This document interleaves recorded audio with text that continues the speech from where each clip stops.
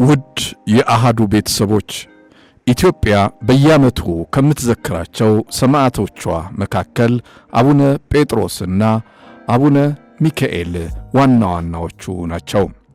አቡነ ጴጥሮስ በአዲስ አበባ ውስጥ መስዋዕትነትን የተቀበሉ ሲሆን አቡነ ሚካኤል ደግሞ ጎሬ ውስጥ በፋሺስት ኢጣሊያ ጥይት ተደብድበው ያለፉ ሕያዋን ናቸው።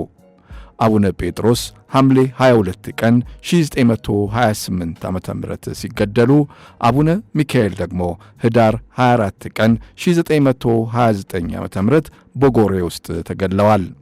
የእነዚህ ሁለት ሰማዕታት ሕይወት ለቀሪው ትውልድ ምን ያስተምራል? ትልልቅ የሃይማኖት መሪዎች ሆነው ኢትዮጵያ ሀገራቸው በፋሺስት እጅ ወድቃ ሕዝቧም ለፋሺስት እንዳይገዛ በአደባባይ የተናገሩ፣ ለዚህም ድርጊታቸው መስዋዕትነትን በጸጋ የተቀበሉ ናቸው። በዛሬው ኢትዮጵያዊ ስንክሳራችን ሰማዕቱን እንዘክራቸዋለን። ጥበቡ በለጠ ነኝ። ኢትዮጵያ በፋሺስት ኢጣሊያ ወራሪዎች ተይዛ ሕዝቧም ለመከራ በሚዳረግበት ወቅት ከፊሉ ለአርበኝነት ወጣ። አንዳንዱ ለኢጣሊያ በባንዳነት ማገልገል ጀመረ። የሃይማኖት መሪዎች የነበሩት የአዲስ አበባው አቡነ ጴጥሮስና የጎሬው አቡነ ሚካኤል ኢትዮጵያውያን ለፋሺስት እንዳይገዙ በአደባባይ የተናገሩ፣ ፋሺዝምን ያወገዙ፣ የሞትን ጽዋ በጸጋ የተቀበሉ፣ በትውልድ ዘንድ ደግሞ ሕያው ሆነው የሚጠሩ ናቸው። ታላቁ ምሁር ፕሮፌሰር መስፍን ወልደ ማርያም በ1985 ዓ.ም አንድ መጽሐፍ አሳትመው ነበረ። የመጽሐፋቸው ርዕስ ኢትዮጵያ ከየት ወዴት ይሰኛል።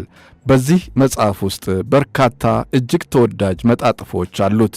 ከነዚህ መጣጥፎች ውስጥ ጴጥሮሳዊነት የሚል ርዕስ አለ። ስለ አቡነ ጴጥሮስ የጻፉት ነው። አቡነ ጴጥሮስ ያንን መስዋዕትነት ሲቀበሉ ልክ እንደርሳቸው ሁሉ የሃይማኖት መሪ ሆነው ፋሺዝምን በግላጭ ያላወገዙ አባቶች ነበሩ። እንደውም ከፋሺስት ጋር ሁሉ በመስራት የሚያገለግሉም ነበሩ።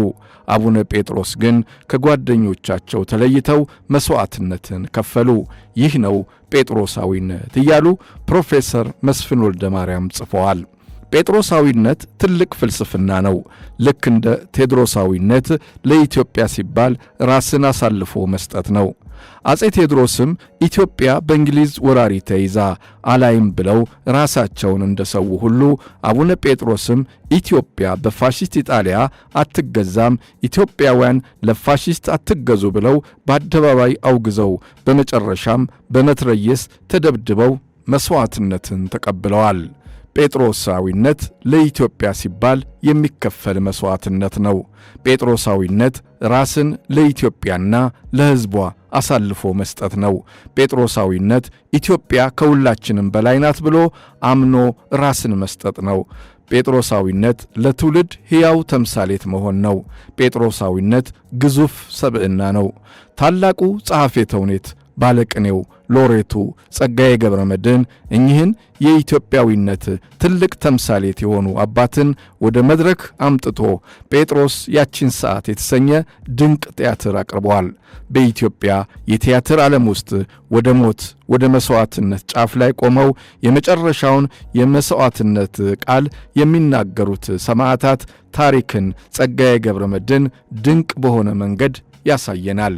በዚህ ረገድ የቴዎድሮስ ስንብት ከመቅደላ የተሰኘው ቲያትሩም ሲጠቀስ፣ ሁለተኛው ደግሞ ጴጥሮስ ያቺን ሰዓት ቲያትሩ ሰማዕታቱን በትውልድ ልብ ውስጥ እዝነ ልቦና ውስጥ ለዘላለም ታትመው እንዲኖሩ ያደርጋል። ለመሆኑ የዚህ የጴጥሮሳዊነት ፍልስፍናው ምንጩ ምንድነው ተብሎ ሊጠየቅ ይችላል። በእርግጥ ጴጥሮሳዊነት ብዙ የኋላ ታሪኮች፣ ማንነቶች አሉት። ታላላቅ ቀደምት ነገሥታት፣ የሃይማኖት መሪዎች፣ ጀግኖች ኢትዮጵያውያን ራሳቸውን ለኢትዮጵያ እየሰጡ ሀገርን አቆይተዋል። የእነርሱም መንፈስ አድጎ ወደ ጴጥሮሳዊነት ተቀይሯል።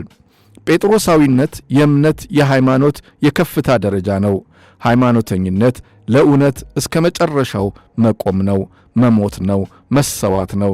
የሃይማኖት የእምነት ሰዎች ነን የሚሉ ሁሉ ዞር ብለው አቡነ ጴጥሮስን፣ አቡነ ሚካኤልን ማሰብ ይጠበቅባቸዋል። ራስን ለእውነት፣ ለኢትዮጵያዊነት፣ ለሀገር አሳልፎ መስጠትን ሕያው ተምሳሌት ናቸውና። አቡነ ጴጥሮስ በመትረየስ ተደብድበው እንዲገደሉ ተወሰነባቸው። የግድያው ቀን በዐይኑ ያየው ጋዜጠኛ ፓጂያሎ ሲጽፍ እንዲህ ብሏል። አቡነ ጴጥሮስ ከሚገደሉበት ስፍራ ሲደርሱ አራቱን ማዕዘን በመስቀላቸው ባረኩ። ከኪሳቸው መጽሐፍ ቅዱስ አወጡ። ሰዓታቸውን አዩ። መጽሐፍ ቅዱስንም አገላብጠው ተመለከቱ። ከዚያም ከሕዝቡ ፊት ቆመው እንዲህ አሉ። ፋሽስቶች የሀገራችን አርበኞችን ሽፍታ ቢሏቸው እውነት አይምሰላችሁ። ሽፍታ ማለት ያለ አገሩ መጥቶ የሰው ሀገር የሚወር፣ የሰውን ርስትና ሀብት የሚቀማ፣ አብያተ ክርስቲያናትን የሚያቃጥል፣ ደም የሚያፈስ፣ ይህ በመካከላችሁ የቆመው አረመኔ የኢጣሊያ ፋሽስት ነው። የኢትዮጵያ ሕዝብ ለእሱ እንዳይገዛ ውጉዝ ይሁን። የኢትዮጵያ መሬት እንዳትቀበለው የተገዘተች ትሁን ብለው አማተቡ። ሲጨርሱም በጨርቅ ዐይናቸውን እንዲሸፈኑ ጥያቄ ቢቀርብላቸውም እንዲህ አሉ። ሞትን ፊት ለፊት ገጥሜ ድል መንሳት ስለምፈልግ ባትሸፍነኝ ደስ ይለኛል በማለት መለሱ። ከዚያም አቤቱ እግዚአብሔር አምላኬ ሆይ የኔን ሞት ለኢትዮጵያ ሰማዕት ደም መፍሰስ የመጨረሻ አድርገው፣ ወገኖቼ ብዙ ሳይቀጸፉ ጸሎታቸውን ስማ፣ ይቅር በለን ብለው ጸሎታቸውን እንደፈጸሙ 8 ወታደሮች አነጣጠሩባቸው። ካፒቴኑ ተኩስ የሚል ትእዛዝ ሲሰጥ 8ቱም ተተኮሰባቸው። ወደቁ። ከአንገታቸው በታች ሰውነታቸው ተበሳሳ። ካፒቴኑ አገላበጣቸው። ነፍሳቸው አልወጣችም ነበር።